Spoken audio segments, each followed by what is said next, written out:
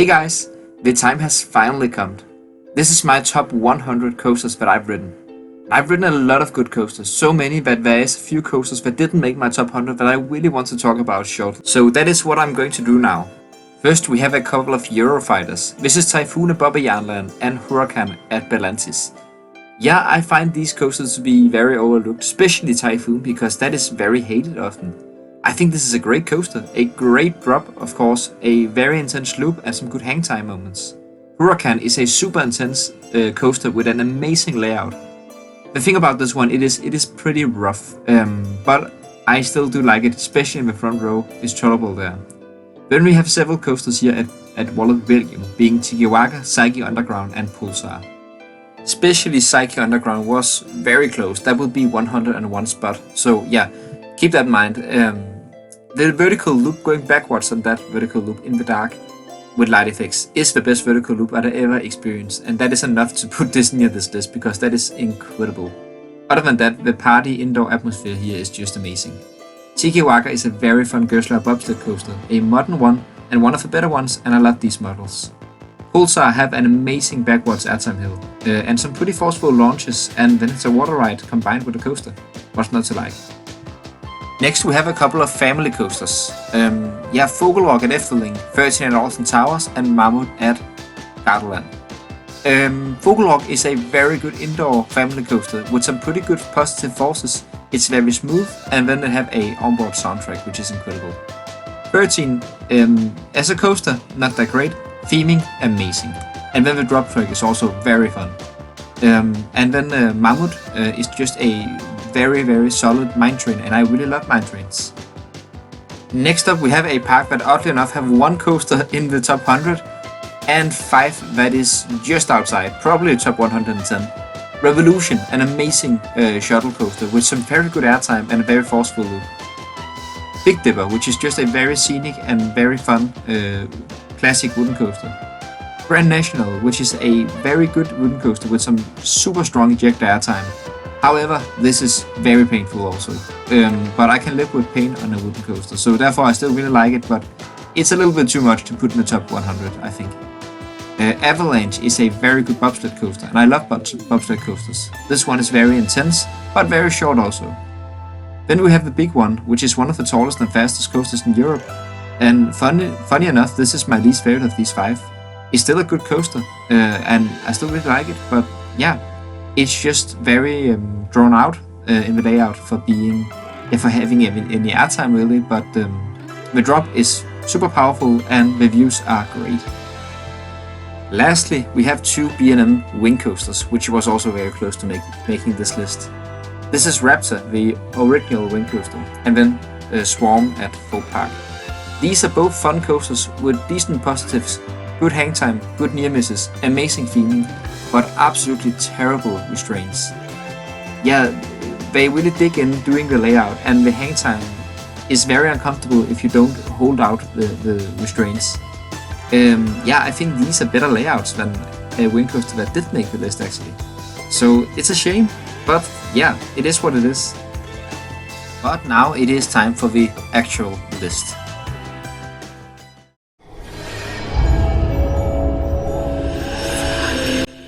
Yeah, talking about wing coasters, number 100 we have Flygdademolen at Heidepark. This one have the comfortable restraints, it have a decent layout, it have a wing overdrop and a good floater airtime hill and some fun inversions with some pretty good hang time also. And then it's pretty well themed, so it's an overall very solid ride. Freischütz takes the 99 spots of this list. It's a Mauer Rides X-Car launch coaster. And it is a very intense ride. In fact, it's actually one of the most intense coasters that I've ever ridden. The downside about this coaster is that it's also very rough, but it have lap bars, so I can tolerate it, but it is definitely an issue about this. And the reason that it isn't coming any higher than this.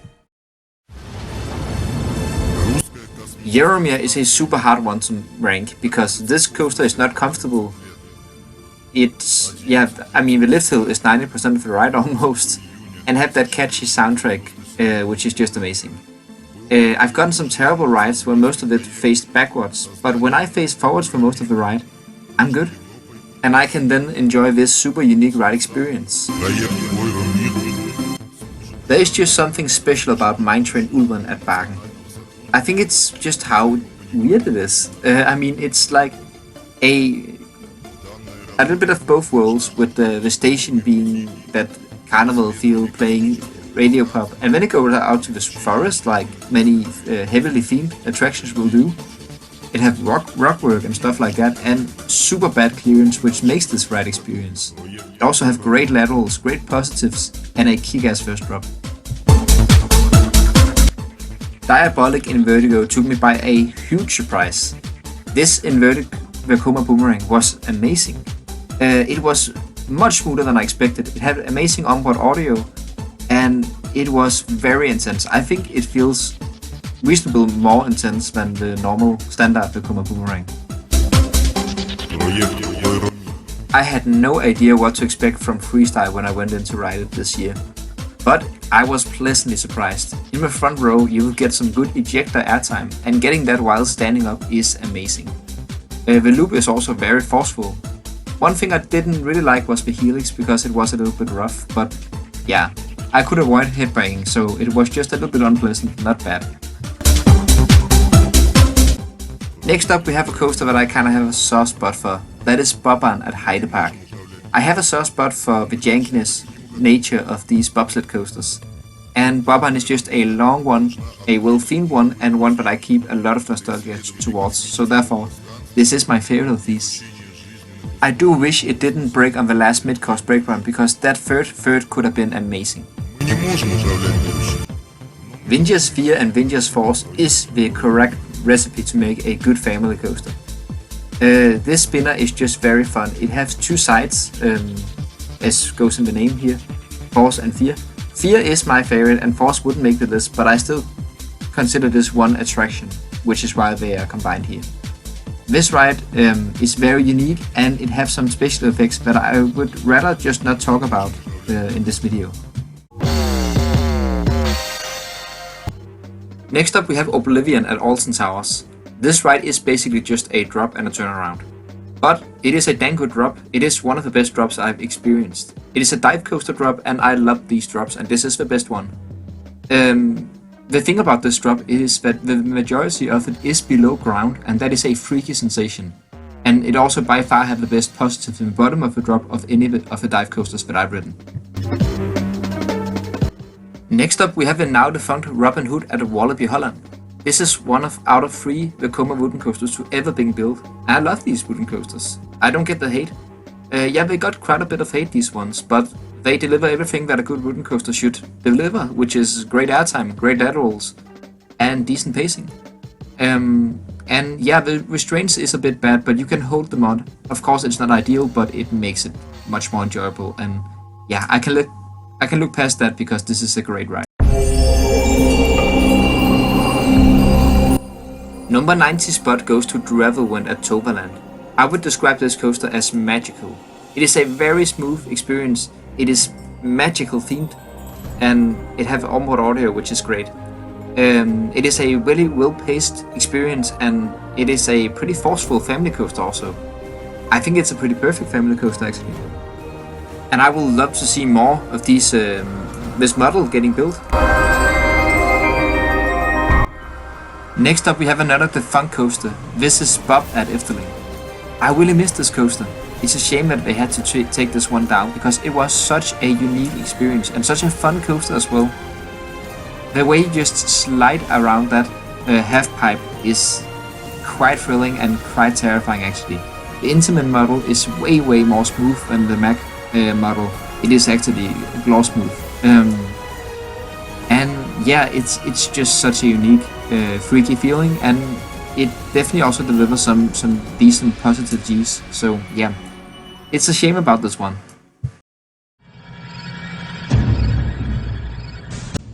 Desert Race at Heide Park was the first major thrill ride that I rode outside of Denmark. At least that was what I considered at that time, and also the first coaster to go over 100 kilometers an hour. That sounds silly, but it was a big deal for me at that time. But I think Desert Race still holds up today as a good thrill ride. It had an amazing Intamin cable launch, which is definitely the highlight of the ride. but the two first turns deliver some very good G-forces. The second one sometimes makes me grey out. And then it have some pretty decent airtime pops also. So yeah, it's a very good ride. Next up we have another launch coaster, Express Platform 13 at Wallaby Holland. The layout itself here is just decent, but the theming elevates this one to being amazing. The queue line is themed to a train station. You see something in the news about a train accident, I think it is. And then you have a walkthrough, which is absolutely incredible before boarding the ride. And then you have a small little dark ride sequence, and then a launch, which is quite powerful. A great launch, I think.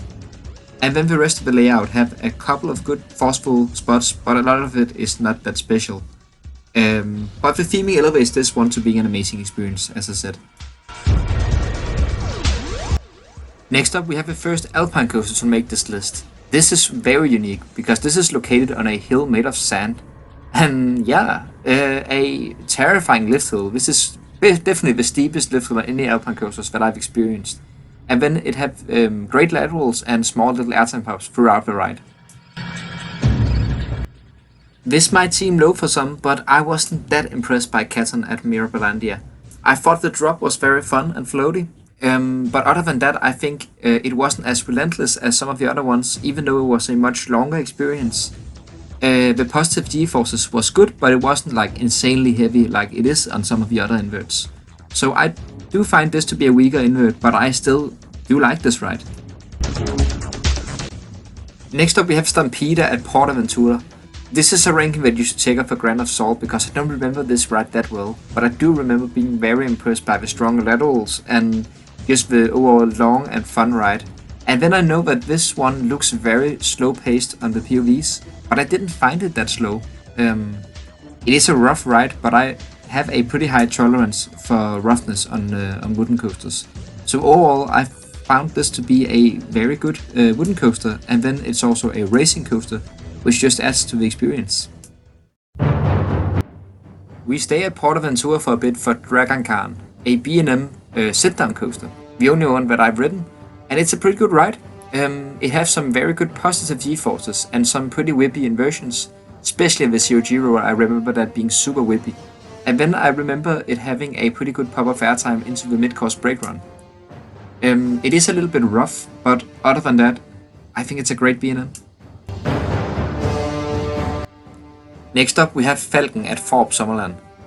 I think this is a great SNS wooden coaster.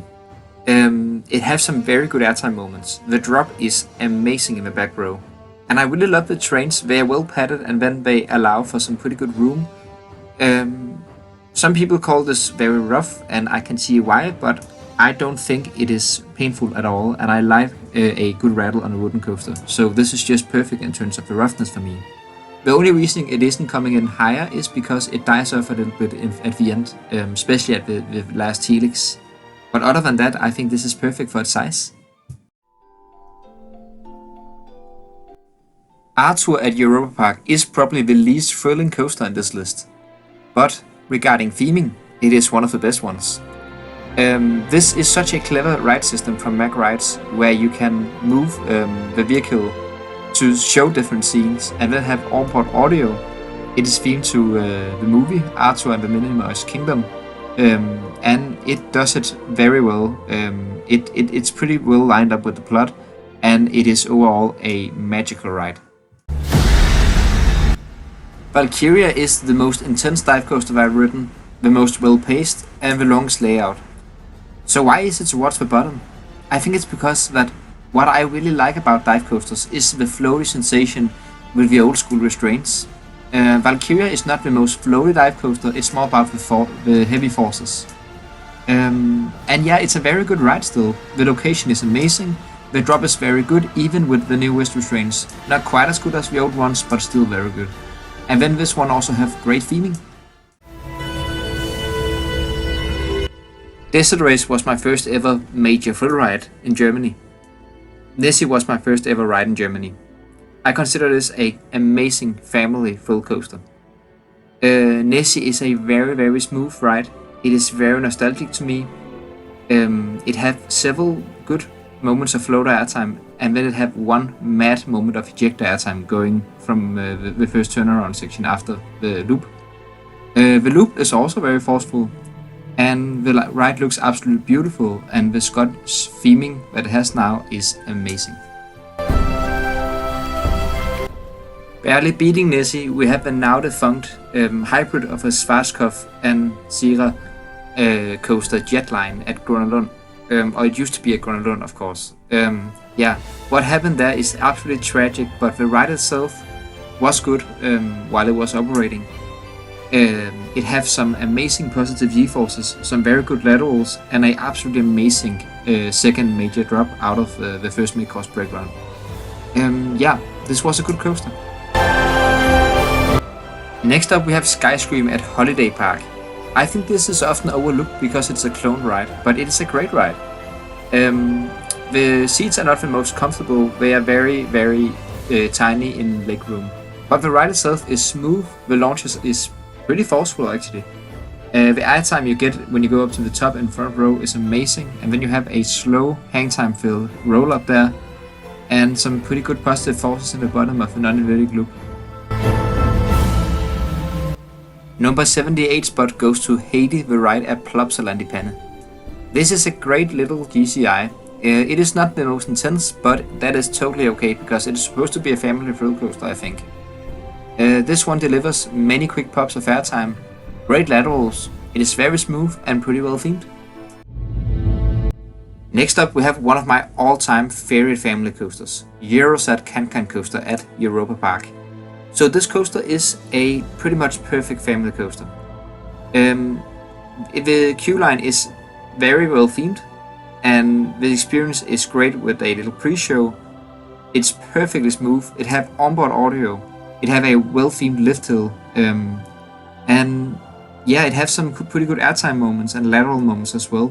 It does pretty much everything, and the finale is just great with that little show at the end. Yeah, I do miss the old one because I keep so much nostalgia for that one. That was my first ever ride at Europa Park back in 2012. So I do miss that one, but the new one is great. And we are staying in Germany for a bit for Hals über Kopf in Trübstal. This is the prototype of a new style Vekoma suspended thrill coaster. And yeah, it's a great ride. It is not the smoothest, but it is not too rattly to cause any headache or anything. But it is have a great mix of pretty decent positives, fun floater airtime, and some floaty and a little bit whippy inversions also. So yeah, it's an overall very good ride.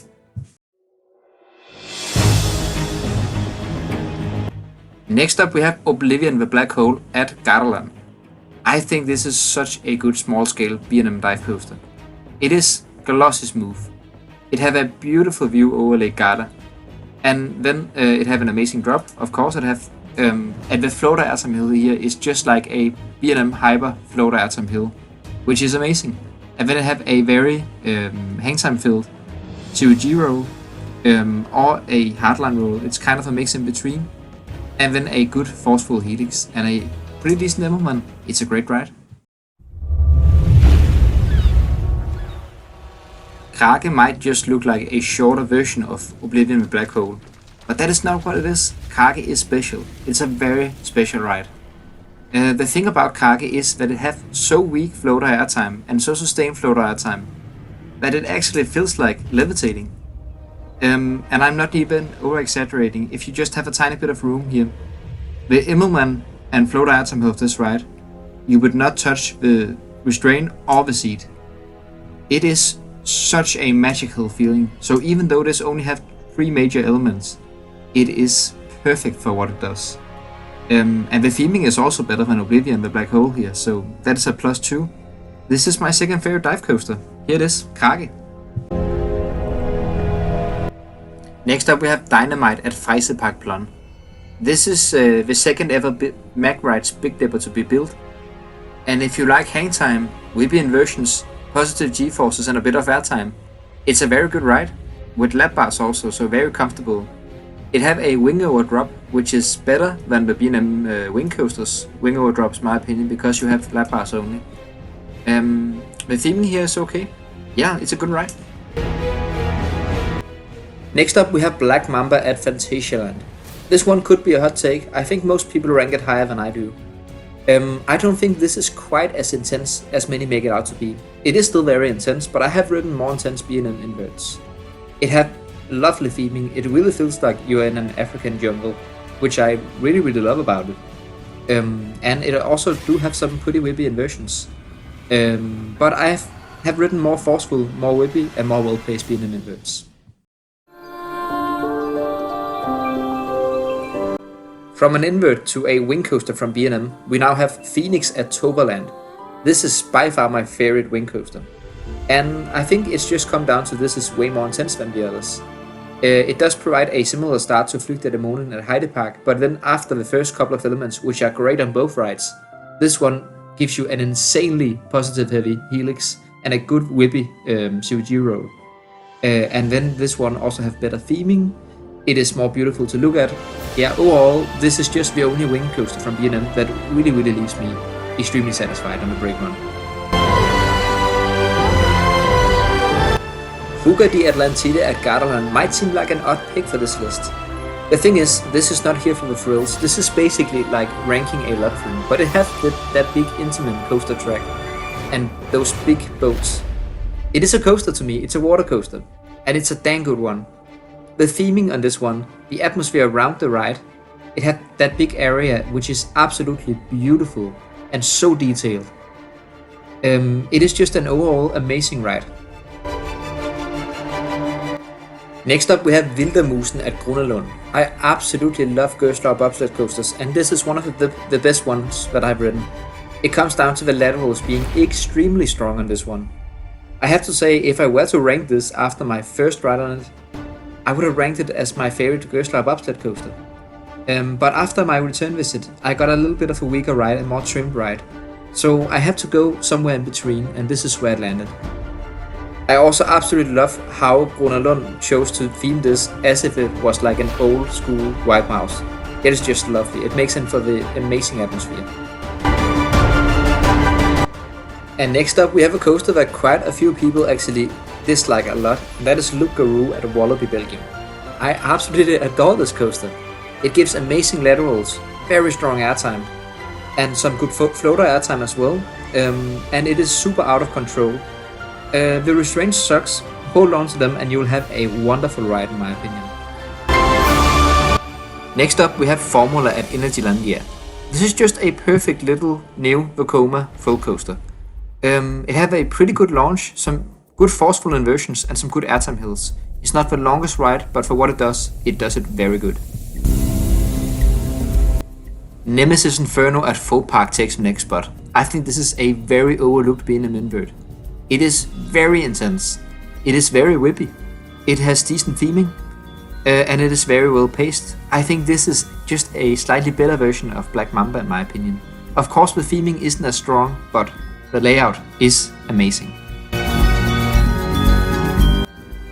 Heisefahrt is pretty much a perfect Gerstlauer bobsled coaster. It is everything that Torsheimer and Djursholm wished to be. It have a very good drop, and then it just have a couple of hairpin turns because yeah, they're not the most exciting part of this ride, but they have strong laterals. Then have some very good positive forces like a very tight helix, some good floater pops that actually give some really solid floater airtime. And then the location of this ride is just stunning. It is over a big hill. You could even argue that it's a mountain.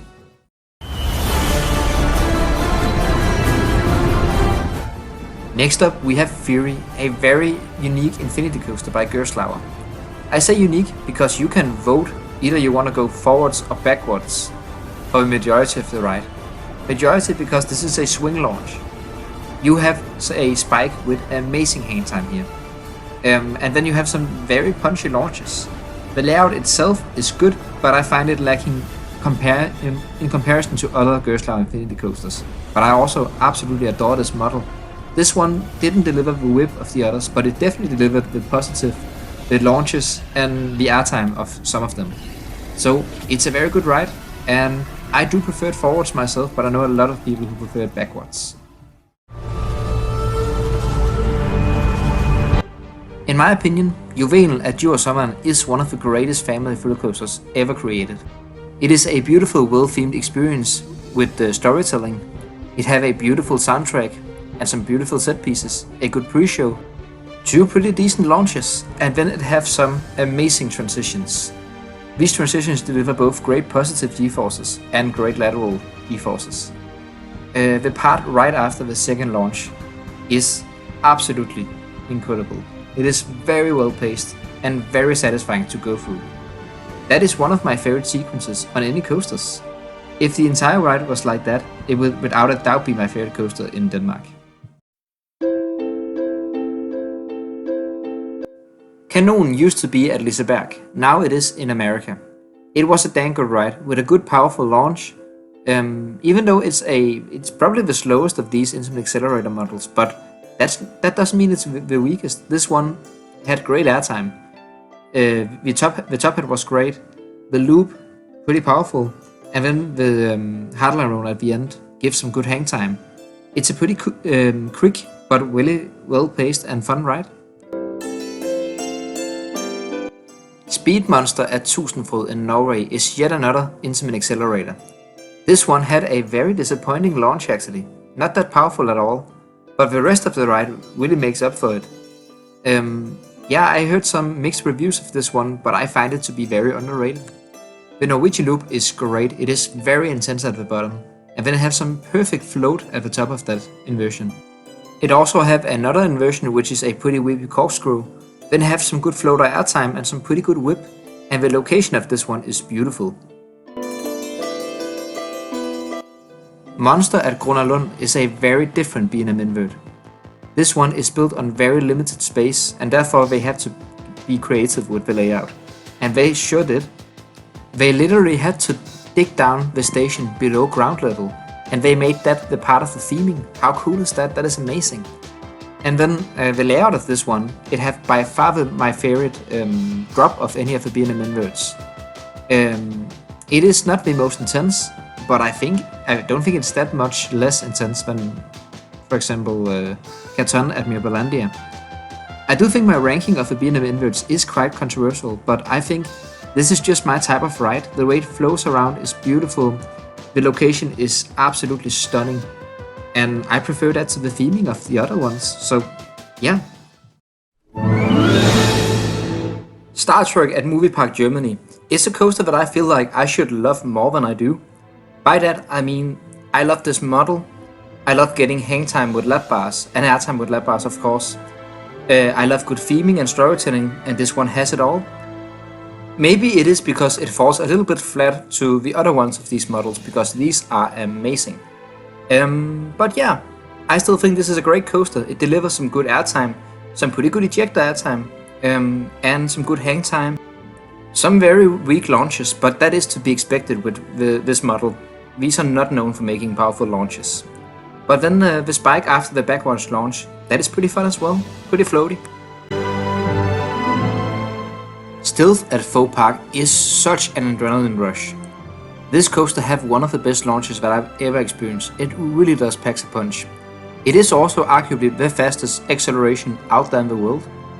Very powerful, and then the top hat gives some good airtime over the top. The ride is pretty much over after that, but it is really worth it for that powerful launch. My favorite dive coaster, Baron 1898, takes the next spot. As a coaster itself, this might be the weakest of all the dive coasters that I've ridden. So why is it my favorite, you might ask? Well, that's because the theming of this one is absolutely stunning. You are led into 2 different pre-show rooms before entering the ride itself. And the first one of these 2 pre-show rooms is one of the best ones to any rides that I've ever seen. And it is a rare thing that such a big coaster have these pre-show rooms. It's mainly a dark ride thing.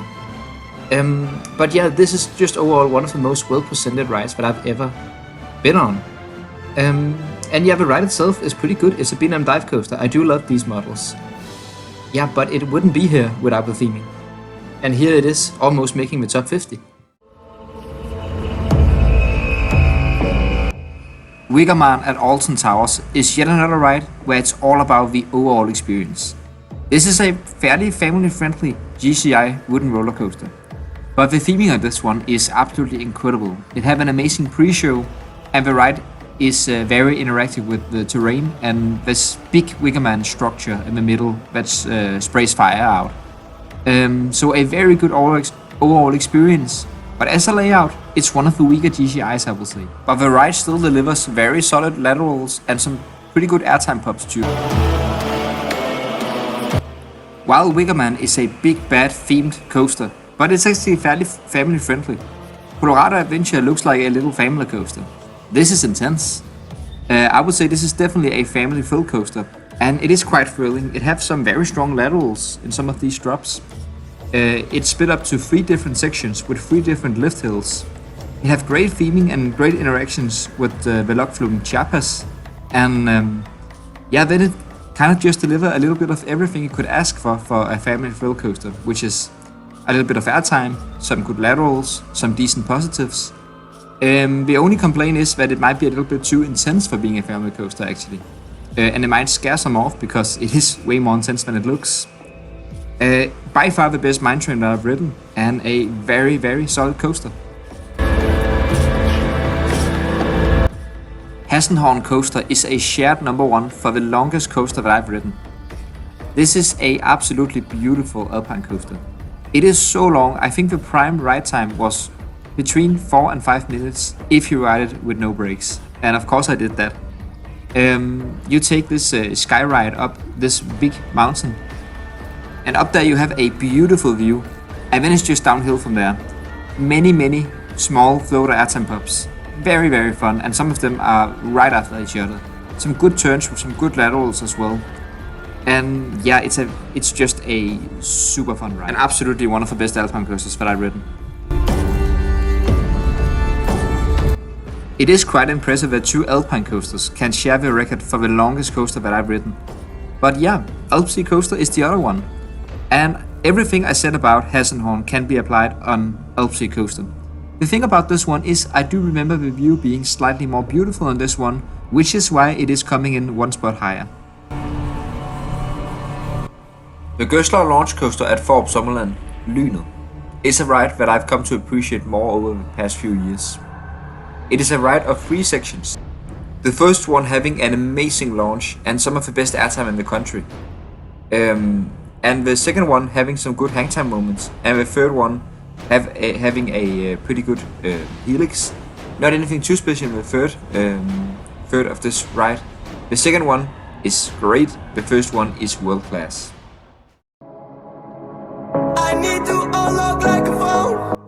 Lost Gravity at Wallaby Holland is the first ever Mack Rides Big Dipper, and it is a dang good ride. The drop here is one of the best drops that I've ever experienced. Some great laterals and some pretty good airtime as well. Then it's a bit the same case with Lynet, with the first section having very good airtime and different airtime moments that just does different things. And then a hang time filled second section, but then it doesn't have the third section. But I would say that the hang time filled section is better on Lost Gravity than it is on Lynet. And then I will also give Lost Gravity extra points for having better comfort. Storm the Dragon Legend at Tusindfod is the first of its kind, a Göslar inverted infinity coaster. And it is an intense ride. The layout consists of a swing launch section and then 3 different dive loops that actually feel kind of different from each other, even though it sounds a bit repetitive. And then a hardcore ejector airtime hill. My favorite moment of this ride is when you launch backwards into the dive loop. That is one of the best hangtime moments on any coasters in the back row. Traverse Slider at Fort Fun is my favorite alpine coaster that I've ridden. Even though it's half the length of Hassenhorn and Alpsea Coaster, this one just does exactly what they do, just a little bit better, and I also much prefer the location of this one being inside the forest. That is a way cooler location for an alpine coaster. And then I also do prefer the alpine coasters where you go up the lift hill instead of by a chairlift. Thunder Coaster at Tusindfod have one of the greatest wooden coaster layouts for any wooden coasters that I've ever ridden. It also have one of the worst potholes on any coasters that I've ridden. So it really is a coaster of two hearts. It is very rough, not the most comfortable, but it is such a good layout for a wooden coaster. It have amazing laterals, some very good airtime moments, and it's a long ride and the location is incredible. It feels really very out of control and it basically delivers in every apartment except comfort. Just Beating Thunder Coaster is a much smaller wooden coaster, being Twister at Grunalund. This coaster packs a punch. It is very short, but it delivers. It has great ejector airtime and some good lateral moments, and it feels like a classic even though it's not that old. And that is a pretty common thing for this park. They do the same thing on Wintermusen, where they theme the pretty modern rides to old school classics. And that just makes it for an amazing atmosphere around the ride, I think.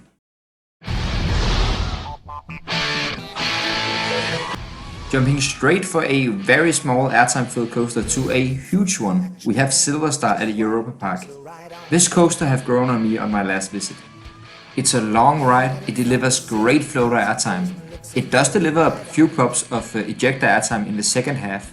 Speaking about the second half, that is a lot better than the first half. After the mid-course, this ride is pretty unhinged for a B&M Hyper. It delivers strong airtime. One thing I have a little bit of a complaint about this ride is that it has a pretty nasty trim brake, and it does also have a rattle. If it wasn't for that, this would be a perfect B&M Hyper coaster in my opinion. Anubis the ride at Plopsaland Japan takes next spot. This is the only other of these models, the other one being Lynet at Fårup Sommerland, which we already talked about. This one is more powerful than Lynet. The launch is a lot better than Lynet. It has better theming, it has more unique elements. It is way more well-paced than Lynet also. The reason it isn't coming in that much higher than Lynet is because it is also more rough than Lynet. It does deliver some headbanging, but other than that, this is a perfect ride in my opinion. It is very powerful, very action-packed, and very unique. Straight on to another something the ride, we have Saw the ride at Folk Park, another Gerstlauer. And yeah, this one is amazing. The theming of this one is what elevates it this highly. It had an amazing pre-lift section, of course it is themed to the movie Saw, and it is quite terrifying actually, the theming here. Obviously it's a horror movie. And then the layout is still pretty good. It still delivers the amazing usual drop. This is deeper than the other Eurofighters that I've ridden. And then it has some very good elements as well. I remember the dive loop being super whippy, and I remember having some amazing ejector airtime as well. So this is a very solid Eurofighter.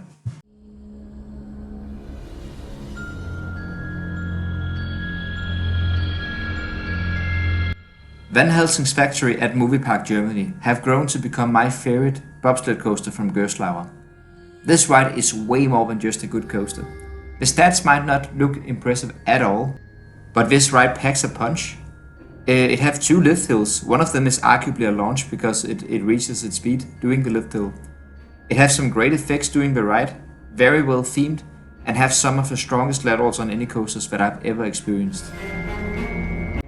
Kicking off the top 40, we have El Toro at Freizeitpark Plön.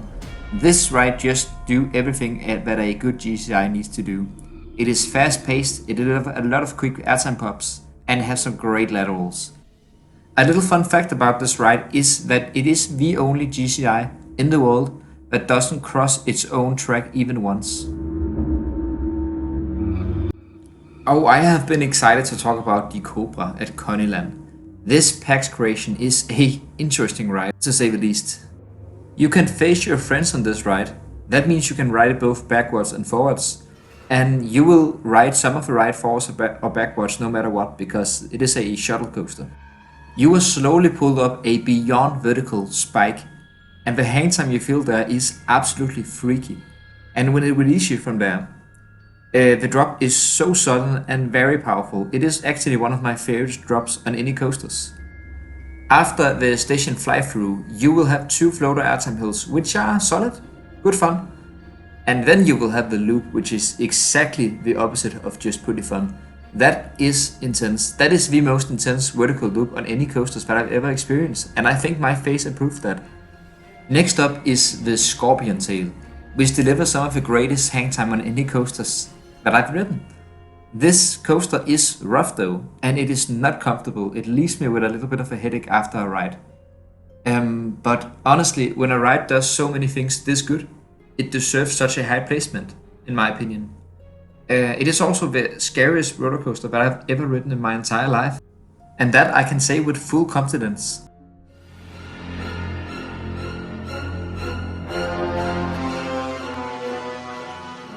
Nemesis at Alton Towers is the first ride on this list that I would call a masterpiece. That doesn't mean it's only masterpieces from now on, because this is a personal list, and B&M Inverts are not my favorite rides. But Nemesis is a good ride. It's a fantastic ride. The way this ride hugs the terrain throughout the entire ride, and it builds up throughout the entire experience. Every element delivers exactly as I believe was intended. And no matter where you stand in this area, it feels like you're just surrounded of a work of art. I have not ridden the new Nemesis Reborn, but I believe that's probably just as good as the old one.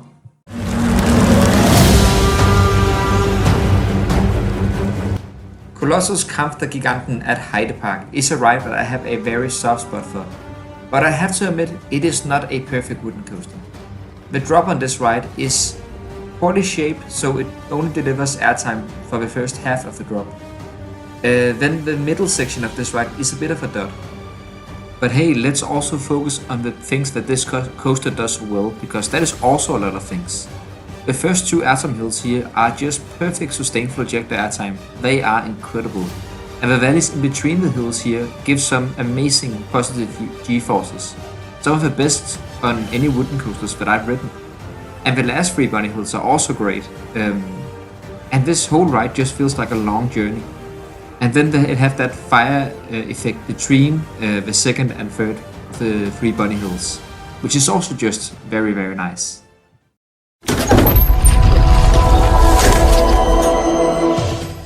I don't think I can think of many more underappreciated roller coasters out there than Blue Fire at Europa Park. Yeah, it's underappreciated on many different ways in my opinion. I've heard many people complaining about this coaster being forceless and underwhelming, and maybe it's because it used to be claimed as one of the best coasters in Europe back when it was built. And it clearly isn't anymore, and I get that, I agree with that. But that doesn't take away from the importance of this model. We wouldn't see coasters like Voltron and Helix and Ride to Happiness today if it wasn't for Blue Fire. But other than being super important for the coaster industry, it is also a dang good ride.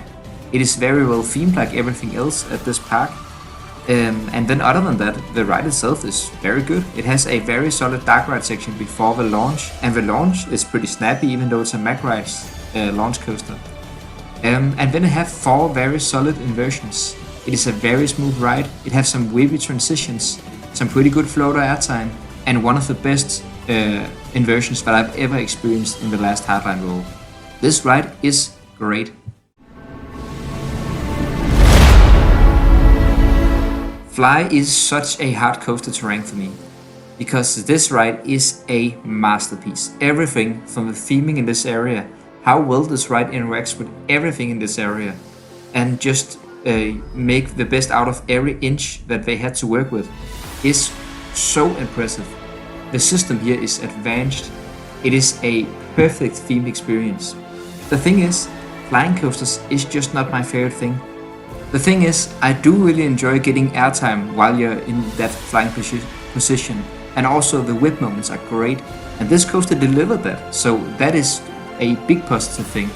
But the feeling of just flying around getting these positive G-forces, I'm not crazy about it, so therefore I can't rank this coaster as highly as many people do, but I will admit this ride is absolutely perfect. I do really love GCI roller coasters, and Jolies in the Drag at Efteling is the best one of the smaller ones that I've ridden.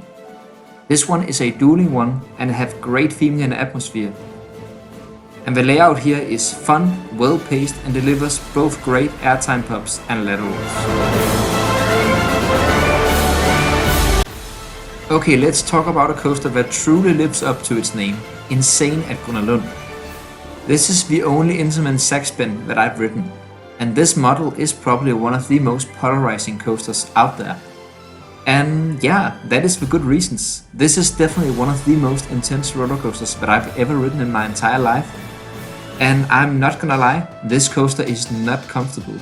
You will get some strange forces that feels absolutely unnatural. You will get some of the craziest negative G-forces that I've ever experienced. And I'm not talking about airtime here. I'm talking about the positive G-forces you will experience in a valley of a coaster. But upside down, yeah, you will face down in some of these valleys and you will feel all the blood rush to your head, and it is a crazy sensation. This one can also deliver some crazy airtime moments, some crazy flips, some forward Gs, some downward Gs. It can deliver an insane amount of every kind of force, except lateral forces, of course. I absolutely love this coaster, but I really do understand why many people just straight up dislike it. Wildemaus XXL is a traveling wild mouse, and this roller coaster is so much better than it has any right to be. This ride is basically just a expanded version of the standard wild mouse layout from Mack Rides. It is expanded with 2 major drops and almost twice the height, and the 2 drops isn't actually that good. The only amazing thing about the extended part is the turn after the second drop, with priority with both airtime and laterals at the same time.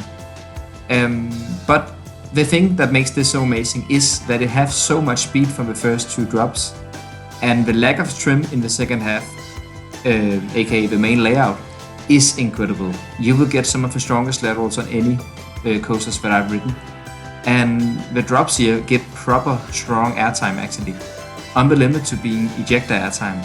That is impressive for a standard layout of a wild mouse coaster. But other than that, this coaster also just have a party atmosphere and a funhouse queue line. How amazing is that? Just missing out of the top 30, we have Lisebergbanan at Liseberg. I absolutely adore this coaster.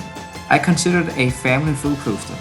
And I don't particularly love this coaster that much for the forces. I still think it's very fun, providing some good laterals, airtime and some decent positives as well. But what really makes this ride is the feel of it. And it really just feels like a journey through hills, forest and with view of the city. It is a very long ride, and it is such a scenic masterpiece of a family full coaster.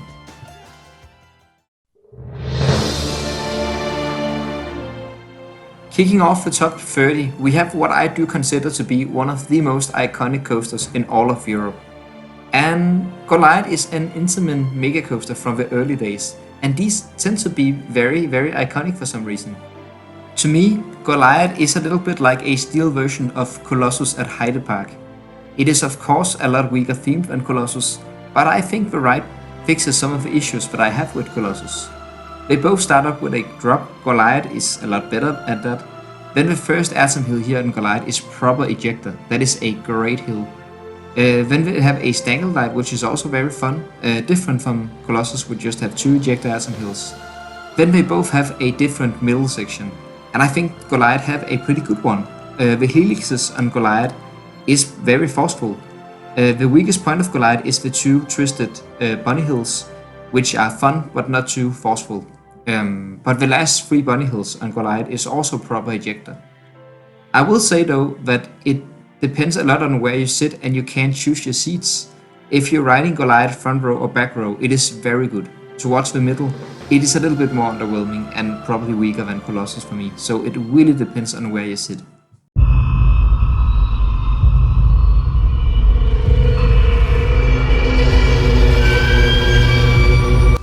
If I'm being honest, my memories of the Smiler at Alton Towers are a bit unclear by now.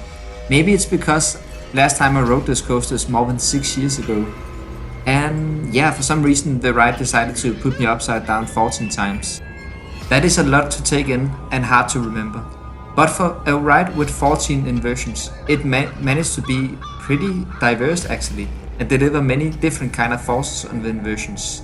Other than that, it also have two amazing airtime moments, and I remember particularly the second one being incredible.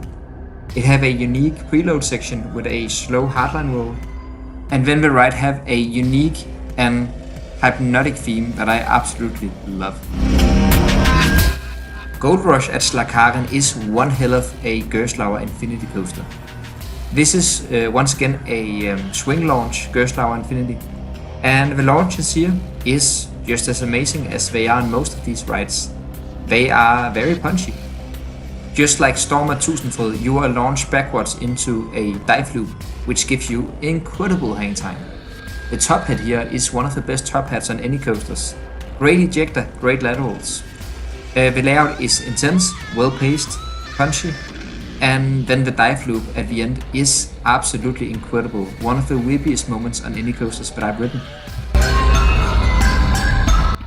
If you took Vliegen or Hollander and placed it on a car park with no theming, it wouldn't even crack my top 200 coasters. But here it is, sitting comfortably at number 27 spot. What Efteling did with this ride is absolutely incredible. It is one of the most beautiful rides I've ever seen in my life. It is one of the most well-themed and amazing queue lines that I've ever waited in. And then the station is mind-blowing. It is by far my favorite station on any rides. It really feels like a harbor down south. It is magical. When you're on this ride, it has some of the best effects and some of the best storytelling during the scenes on any rides that I've ever experienced. The dark ride scenes of this one is absolutely world class. And when you get outside, it's just alright.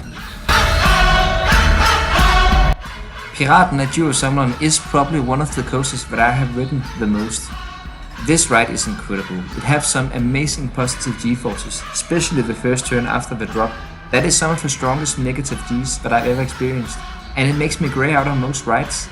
Other than that, this ride delivers sustained ejector, some good floater airtime as well, and then of course the legendary Twisted Trio combining strong ejector and great laterals.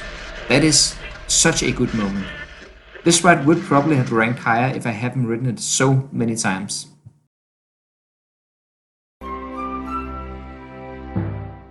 What a strange ride Furious Backhoe at PortAventura is. I think this is the only proper intimate wing coaster that has ever been built. This ride have one of the weirdest theming on any coasters that I've ridden as well. You're first up waiting in line in a wine field, and when you get inside, the pre-show is some kind of wine factory where everything overflows, and then you will launch. And this launch is amazing. It is so powerful. And then after the launch, you will have a dip providing some very good ejector airtime. The ride here has a crazy nature. It stays so low to the ground while being one of the fastest coasters in Europe. And yeah, it have some very strange elements, like for example the very drawn out hardline roll, providing some out of control hang time. Personally, I adore this coaster for the insanity of it and the weird theming and just this unique ride experience. But I know many people don't like it because it is quite rough. But yeah, I don't really mind it. I think it kind of adds to the crazy nature of this ride. Balder at Liseberg is exactly what it looks like. A buffet of airtime. And yeah, airtime is my favorite force on coasters, so I am not complaining about that. The layout can admittedly feel a little bit repetitive, because it is just airtime hill after airtime hill, and then an overbank to get you around to the next couple of airtime hills. But at the same time, the forces of these airtime hills is quite different actually. Some of them are more gradual and more flow ejector, some are very snappy ejector. And in the big first valley you also get a good load of positive G-forces. And then, not to speak about the drop on this ride, is amazing. Especially in the back row, it is so steep and full of head choppers.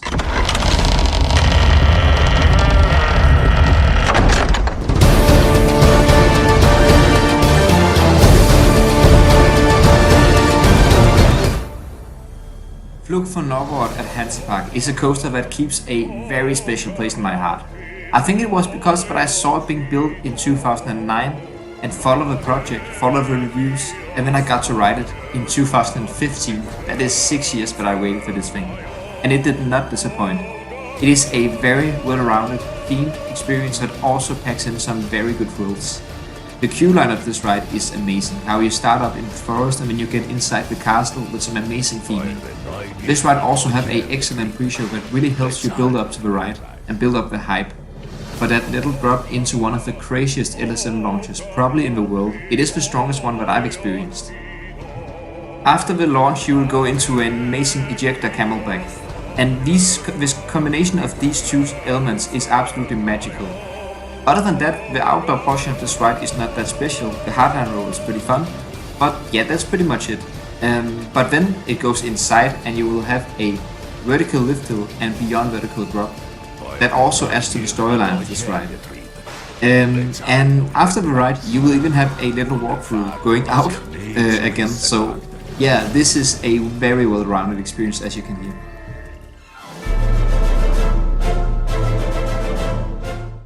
Ridden at Europa Park is an amazing GCI coaster.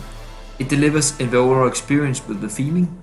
It is so fast. It is probably the coaster that I've ridden that feels the fastest throughout the entire ride. It feels like it never loses any speed at all.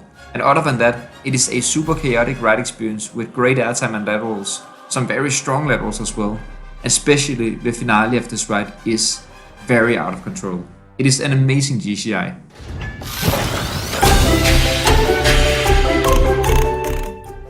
In my opinion, Carajo at Tripsdrill is one of the greatest coasters that Gerstlauer have ever built. It is an infinity coaster and it does pretty much everything a good infinity coaster needs to do. It has great theming, and when you're on the ride itself it has a very fun pre-launch section, and the launch in this ride is powerful like most Gerstlauers. It has a great top hat with great laterals and airtime. It has some good hangtime moments in some of the inversions. It has great whip in the transitions. It has a little bit of airtime, and then it has one of the whippiest moments on any coasters that I've ridden, which is the dive loop here. Albeit a short experience, Red Force at Faroe Island is by far the tallest and fastest roller coaster that I've ridden. And let me just say that you can feel this difference in speed compared to any other coasters that I've ridden at least. There is something about going through this launch and knowing how high you're gonna go also with that speed, and you can feel your face blaffle in the wind. That is a experience. And yeah, the launch, it just keeps on going and going and going. That is a special experience. I also love how you can watch this ride go from these. It's set up to be like a show with the seats, and that is just to watch the launch and people's reaction there.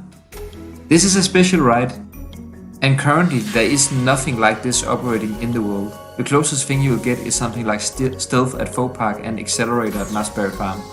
And yeah, this is just a different scale from these.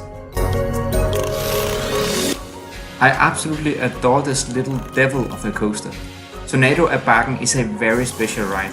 It is an intimate spinning coaster, and it is the first one of these ones, and still one of the only ones, and I believe this is the only one that runs like this. This is not a normal lift hill for a spinning coaster. This is a dual chain, and it basically works like a launch to get you up there. And that means this drop, which has pretty average shaping I think, goes over the top so fast that it feels like a car crash going down that drop. It absolutely is one of my favorite drops on any coasters, and I think it still is the most insane moment on any coasters that I've ridden. And one more very special thing about this coaster is that you can ask for boost mode when it's very quiet, and you might be lucky to get it. And if you get that, this is the most intense coaster that I've ridden. It is absolutely insane, because most of the middle section here is just very fun normal. But on boost mode, that will be pure insanity as well.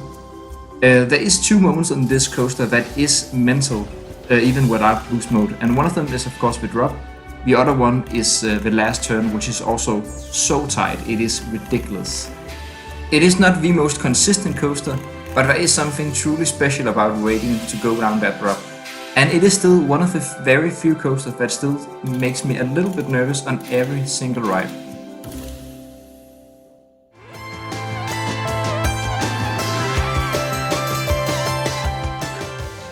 The nostalgia of Rutsjebanen at Tivoli Gardens just hits different. I think this is, both for me personally and in the industry of roller coasters, one of the most important coasters out there. This is a old scenic roadway with a brakeman on it. And the atmosphere around this ride is very special. You can feel the history of this ride. And it is absolutely beautiful to look at. There is something very special just about being near this coaster.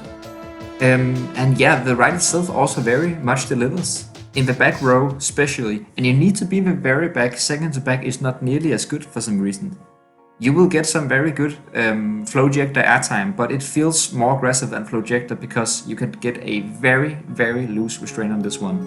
I've even ridden this without restraint, and that is how it is intended to run. The lap bars was only invented I think in the 80s or something like that, but I have some truly special memories and experiences about this ride, and it will forever stay one of my favorites, I think.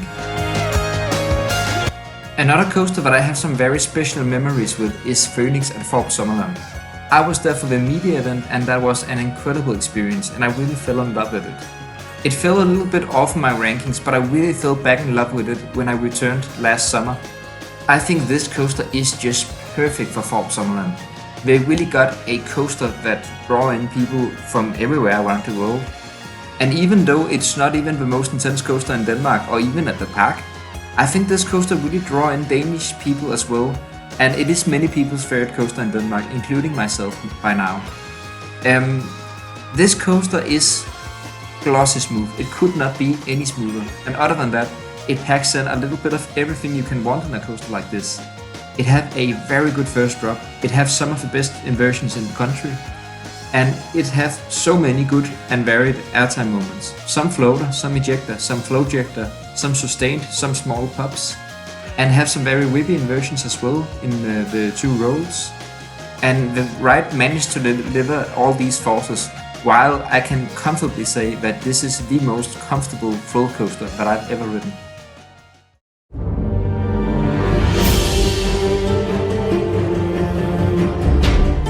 Troy at Toverland takes the cake for being the best TCI roller coaster that I've ridden.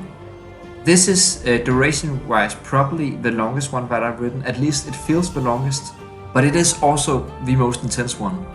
I think Wodan is the king of speed, while Troy is the king of laterals, and I think laterals is what is the best thing about GCIs. This one have a decent theming and a good soundtrack. But other than that, this is mainly just about how good this coaster is. It is very aggressive, and it just keeps on delivering the entire ride. And it is a exhausting ride. And I absolutely couldn't have said that with more love. Other than having incredible laterals, this ride also delivers an airtime.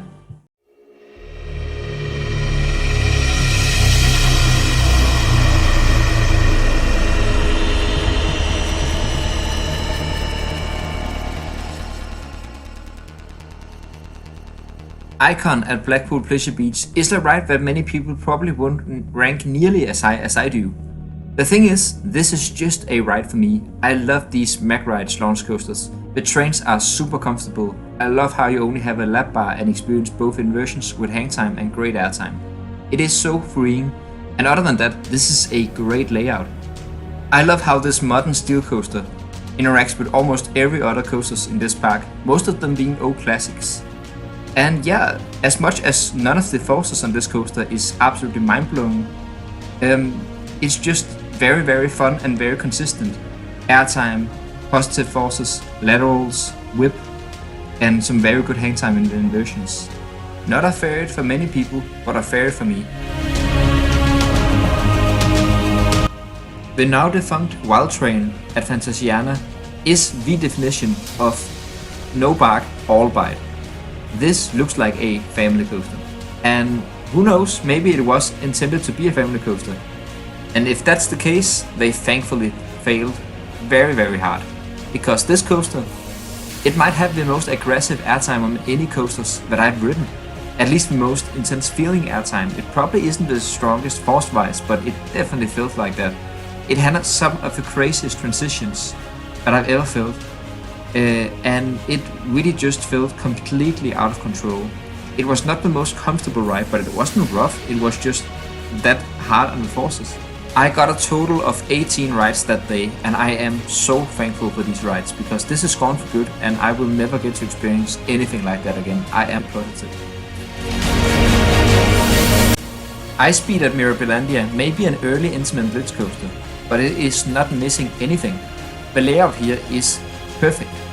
You have a very powerful launch, a great top hat, and then the ride is packed with the good airtime moments, a very good whip moment in the first inversion, and a very good hang time filled second inversion. The layout is well paced and heavy with positive forces. After the mid-course brake run, this isn't too exciting, but that's okay because everything that happens before that mid-course, which is towards the end of the ride, is just that good. If this ride had lap bars and better theming, it would absolutely be in my top 10. Shambhala at PortAventura is the best coaster that I've ridden that I would consider graceful. I've heard many people consider this the best B&M hypercoaster in the world, and I believe them, because this is a lovely ride. It is one of the best first drops on any coasters that I've ridden. The way you just start levitating before you reach the top if you're sitting in the back row is just amazing, and you get that stomach tickling sensation that you don't get on many coasters if you've ridden as many as I have. But then every hill here just delivers perfect and sustained floater airtime. And sometimes that's just what I want. I really love floater airtime, and this is the best one for floater that I've ridden. Other than having fantastic airtime, this coaster also delivers some amazing positive forces and an incredible view.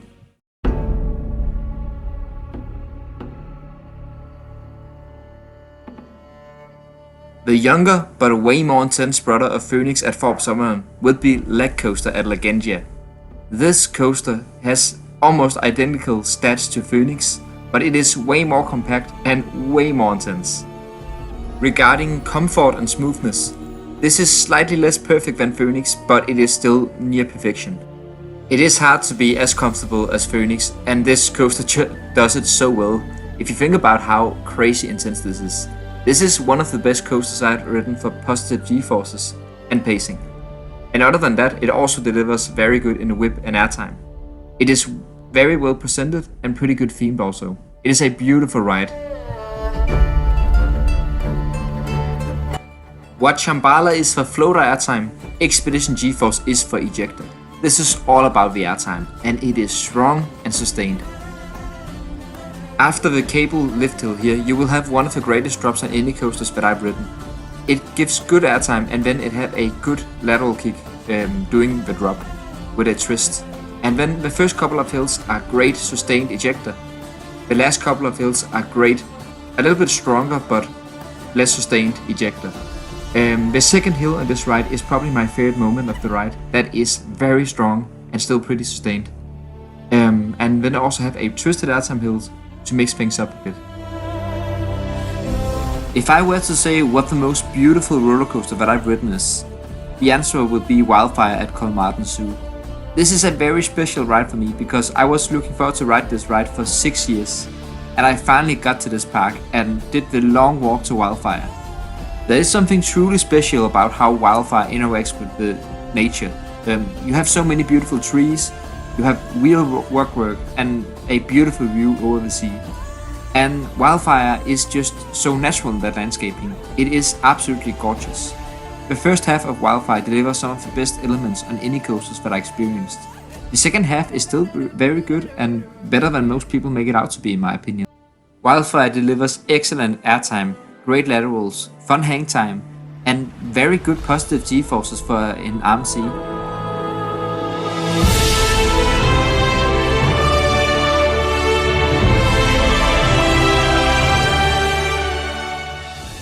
Taron at Phantasialand is an intimate blitz coaster.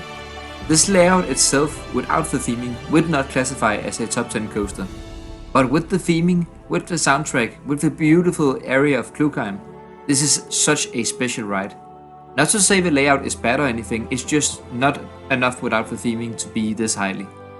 It had two great launches. I think the first one is very underrated because most people talk about the second one being fantastic, and it is very good, the second one.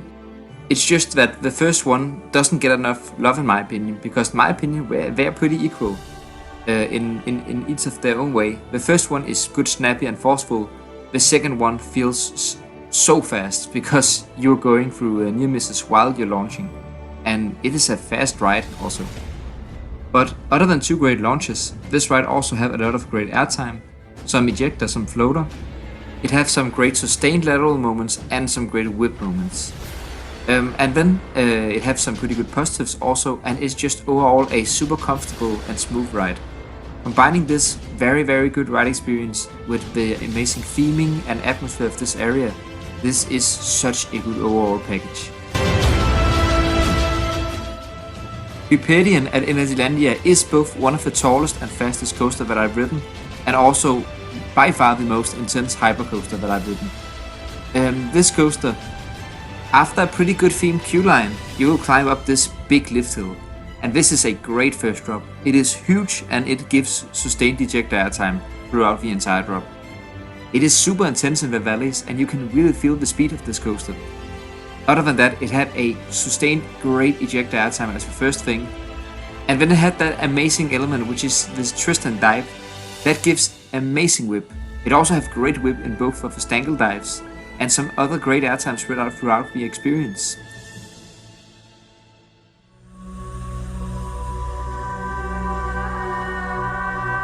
The Ride to Happiness at Plopsaland is a very special ride, and I know many people who consider this the best coaster they've ridden, and I can really see why. This is the second ever built MagRide's extreme spinning coaster, and as far as I'm told, this is way superior to Time Traveler, the first one. And yeah, I can see why, because this is very intense and very disorientating and just very well presented and well themed, and it had onboard audio. It pretty much had everything a good package experience needs. And then it's also super unique. These inversions is some of the best ones I've ever experienced, and they are super disorientating. It starts up with a slow JoJo roll, which provides absolutely incredible hang time. Both of the launches is actually great on this one because you spin while you're launching, and the second one even gives airtime also. I think the top hat of this ride might be my favorite element on any coasters. You get some insane ejector airtime going down if you're in the back row. With all the praise and many people considering the best coaster out there, you might wonder why I haven't given it a higher spot. That is because I find it a little bit uncomfortable, but it is not that bad at all. Conda at Wallaby Belgium really is the younger brother to Expedition GeForce at Holiday Park, and I think they both do airtime pretty much equally as good as each other. And Expedition GeForce might have a slightly better location, but other than that, I think Conda wins in every other category. This is a much more creative layout, and it have a similar first drop, a similar first camelback, just a lot sharper and stronger, I think, than GeForce's first camelback. But then Conda had this amazing outer bank, which is super sustained, super strong ejector, one of the best airtime moments on any coasters that I've ridden. Then had the creative non-inverted Cobra roll, which I think gets too much hate. It is a fun element. It is not that intense, but it's still very fun and pretty whippy also.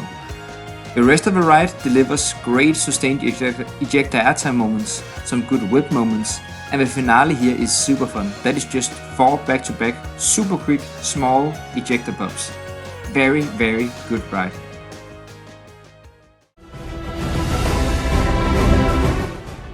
Cannon at Hansapark is probably the ride that I've ranked number 1 on the most of my list. And oddly enough, there's coasters above it that I've ridden both before Cannon and after Cannon for the first time. That just says something about how much opinion can change. But that is not to say that Cannon is fantastic. This coaster is the overall package. The queue line is very well themed. You have several pre-shows. The second one being super unique before riding the thing.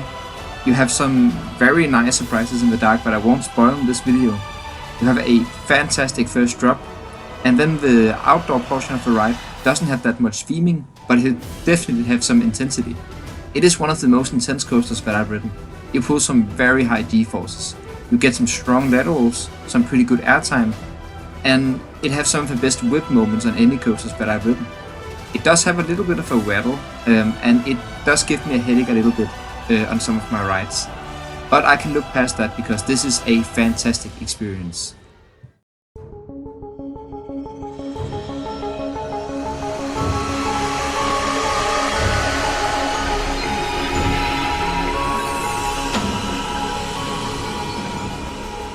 Helix at Liseberg is beyond impressive.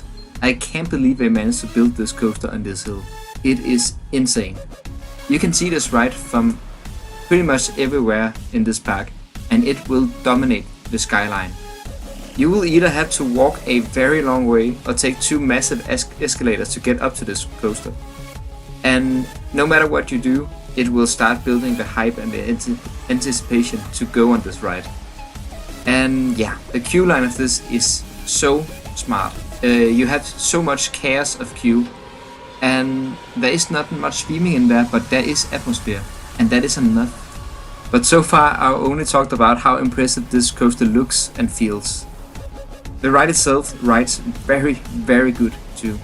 You start up with a drop out of the station, and that drop actually is very good in the back row. You will then have a slow little section, but it does provide some hang time before going into the first launch. Both of the launches here is not strong at all. They are probably the weakest part of the ride. It is everything else that does this. It has some of the best airtime hills on any coasters that I've ridden. It has two amazing sustained ejector camelbacks, and with that view it might just be some of the most amazing airtime to experience, period. It has 7 great inversions. Some of them deliver hang time, some of them deliver whip, and some of them deliver some very good positive forces also. All with that amazing view, of course. It might not have that many world-class elements, but as a layout, this is pure perfection in my opinion, and every time I hit the brake run on this ride, I am just so happy.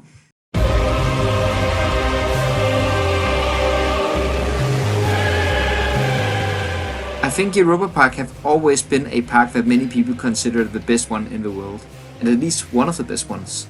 But they never had that one world-class coaster that could be considered one of the best coasters in the world. Voltron Nevera, have your back. This is a world-class ride. It is absolutely incredible. It is a full package experience just like Canon, for example. This one have an amazing queue line and a big, massive, so atmospheric, epic room before you enter the station. There you will have a fantastic pre-show in the roof. One of the best ones that I've ever seen, for sure. The ride itself here is also absolutely crazy, and that is what elevates this one above Canon for me, is that this is a better coaster for me. Canon might have the stronger positive G-forces, but Voltron definitely have you on airtime and hang time. I think Voltron is actually the king of hang time for any coasters that I've ridden. Other than that, it is definitely one of the best coasters for airtime too. It definitely also has some very good positive G-forces and some good laterals in some of the inversions. It probably have the best collections of inversions on any coasters that I've ridden. Many people do complain about it being split up into 2 halves. I personally don't mind that at all. I think it's kind of great that you have that pause in the middle where you can look forward to the next part, and also the turntable element is very fun with things happening in the roof also. I have one slight complaint about this ride, and that is it definitely have a rattle just like Canon. These 2 coasters is actually not flawless, even though they make my top 5, but that is because they do so many other things well. And Voltron just does things a little bit more well than Canon for me, which is why it is coming in here at number 2. But I have ridden one coaster that blows my mind just as much as Voltron, but I do consider that ride completely flawless. And here it is.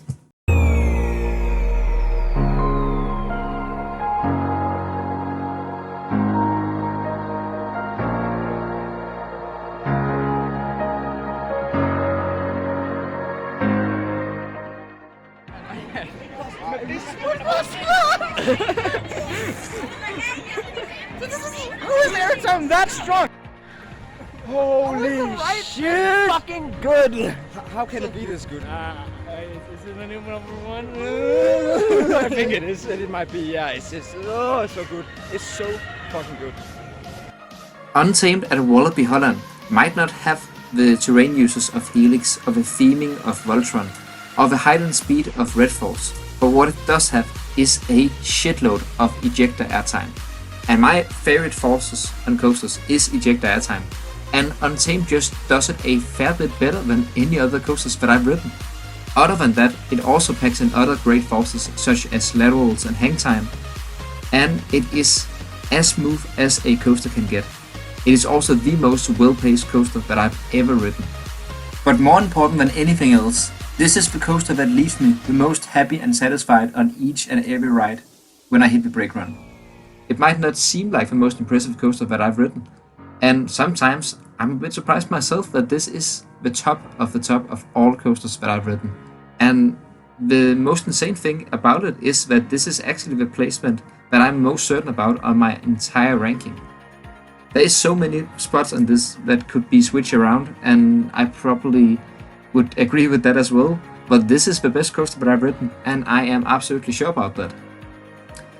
Wow, what a journey this video has been. I really hope you enjoyed it, guys. If you sticked around throughout the entire video, I am very impressed. That's a long time to hear me speak about my favorite coasters. But thanks for watching. Have a nice day. Bye, guys.